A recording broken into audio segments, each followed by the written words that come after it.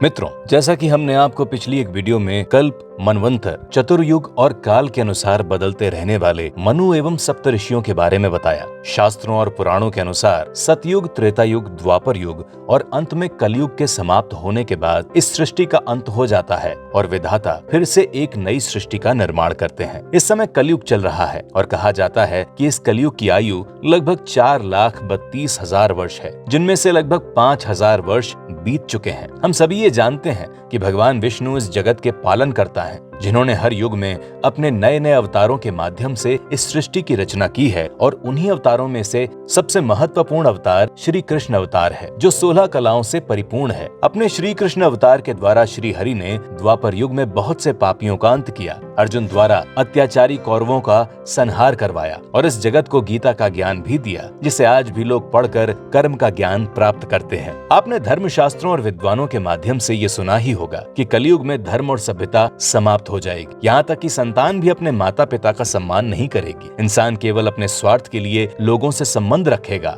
और अपने स्वार्थ और सत्ता को बढ़ाने की लालसा में दूसरों की हत्या करने में भी उसे थोड़ा सा भी संकोच नहीं होगा। स्त्रियां अपने आप को असुरक्षित महसूस करेंगी और एक समय ऐसा आएगा कि इस पूरी पृथ्वी पर केवल और केवल पाप का ही साम्राज्य होगा। असल में ये सारी घटनाएं आज के समय में हर रोज देखने को मिलती हैं, लेकिन इन सारी बातों की भविष्यवाणी खुद श्री कृष्ण ने बहुत पहले ही कर दी थी। वास्तव में कलयुग के अंत को लेकर अक्सर लोगों के मन में ये जिज्ञासा बनी रहती है कि आखिर कलयुग का अंत किस तरह से होगा। तो आइए आज इस विषय पर और विस्तार से चर्चा करेंगे। ब्रह्मवर्त पुराण के श्री कृष्ण खंड में लिखी एक कथा के अनुसार चारों युगों के विषय में धर्म और आचरण को लेकर बहुत ही विस्तार से वर्णन किया गया है, जिसमें श्री कृष्ण कहते हैं कि सतयुग में धर्म, सत्य और दया अपने पूर्ण रूप में थे, जिसका तात्पर्य यह है कि सतयुग में धर्म का बोलबाला था। चारों वेद और संहिताओं को पढ़कर लोग विद्वान हुआ करते थे और सनातन धर्म को और करीब से जानते थे। ब्राह्मण, क्षत्रिय, वैश्य और शूद्र सभी श्री हरि की भक्ति में लीन रहा करते थे। रही राजा की बात, तो राजा अपनी प्रजा को पुत्र की तरह पालता था और यहाँ तक कि राजा प्रजा की आय का केवल 16वां भाग कर के रूप में लिया करता था। ये धरती कभी भी बंजर नहीं होती थी और इतने धार्मिक लोगों के पुण्य के फलस्वरूप धरती पर कभी भी अन्न की कमी नहीं होती थी। साधारण मनुष्यों में आपसी संबंधों को लेकर बहुत गहरी भावनाएं होती थी, जैसे कि शिष्य हमेशा गुरु भक्त होता था, हमेशा गुरु की आज्ञा का पालन करने वाला होता था। वहीं पुत्र भी पितृ भक्त होता था। स्त्रियां भी अपने पति की दिन रात सेवा किया करती थी। उस समय के पुरुष कभी भी पराई स्त्रियों के साथ संबंध नहीं बनाते थे। पेड़ हमेशा फलों से लदे रहते थे। धरती पर अच्छी फसलें हुआ करती थी। गाय भी भरपूर दूध दिया करती थी। वो समय ऐसा था कि कोई भी मनुष्य कभी भी किसी विद्वान या ईश्वर की बुराई नहीं करता था और न ही कोई अपने मुंह से अपनी बड़ाई करता था। सभी बहुत ही सुशील और सहज स्वभाव के हुआ करते थे। श्री कृष्ण इसके आगे बताते हुए कहते हैं कि सतयुग में जो भी पुण्य कर्म हुआ करते थे, वो काल की गति के अनुसार धीरे धीरे कम होते जाएंगे। यानी कि जैसे जैसे युगों में बदलाव आएगा, पुण्य कर्म नष्ट होते जाएंगे और पाप कर्मों की संख्या में बढ़ोतरी होती रहेगी। और इसीलिए सतयुग में जो दया और धर्म के गुण थे, उनका एक हिस्सा त्रेता युग में कम हो जाएगा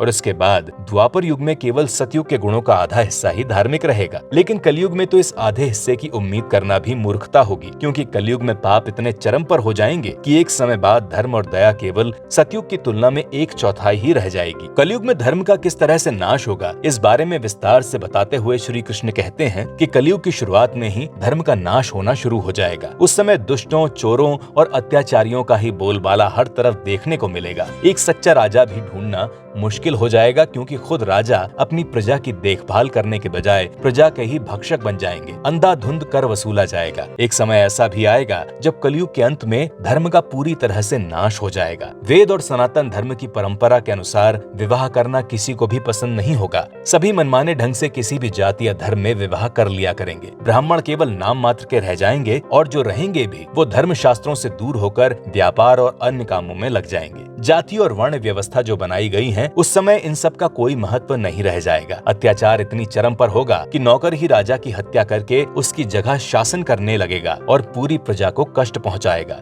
धर्म की निंदा करने वाले लोग इतने हो जाएंगे कि अगर कोई धार्मिक भी है तो उसे अपने सामने हो रही धर्म की निंदा को सुनते रहना पड़ेगा, लेकिन वो उस पर कोई प्रतिक्रिया नहीं देगा। माता पिता, गुरु जैसे पवित्र संबंधों को भूलकर इंसान केवल स्त्री के मोह में पड़ा रहेगा। कलयुग में स्त्रियां अपने पति पर शासन करेंगी और यहाँ तक कि पति भी अपनी स्त्रियों पर घरेलू हिंसा करेंगे। सारा संसार केवल धन और स्त्री के मोह में फंसा रहेगा। इसके अलावा उसे दूसरा कुछ भी अच्छा नहीं लगेगा और धर्म कर्म के लिए तो उसके पास समय ही नहीं होगा। भगवान श्री कृष्ण के अनुसार घोर कलयुग आते ही नदियों और सरोवरों का पानी सूख जाएगा और बादल भी बिना पानी के हो जाएंगे। बारिश होना बंद हो जाएगी और फसलें सूख जाएंगी। पूरी पृथ्वी बिना पेड़ पौधों के हो जाएगी, जिससे असर ये होगा कि सभी जगह फल, सब्जियां और अन्न का अभाव हो जाएगा। झूठ बोलना, निर्दयी हो जाना, स्वार्थ के लिए किसी की भी हत्या कर देना, ये मानव स्वभाव बन जाएगा। और एक दिन ऐसा आएगा कि इस ब्रह्मांड के 12 आदित्य यानी 12 सूर्य मिलकर इस धरती का ताप इतना बढ़ा देंगे कि इस दुनिया से सारे प्राणी नष्ट हो जाएंगे। इस तरह जब पृथ्वी से सभी जीव नष्ट हो जाएंगे, तब कलयुग का अंत पूरी तरह से हो जाएगा और इसके बाद नई सृष्टि की रचना होगी और फिर से सतयुग की शुरुआत होगी और ये क्रम चलता रहेगा।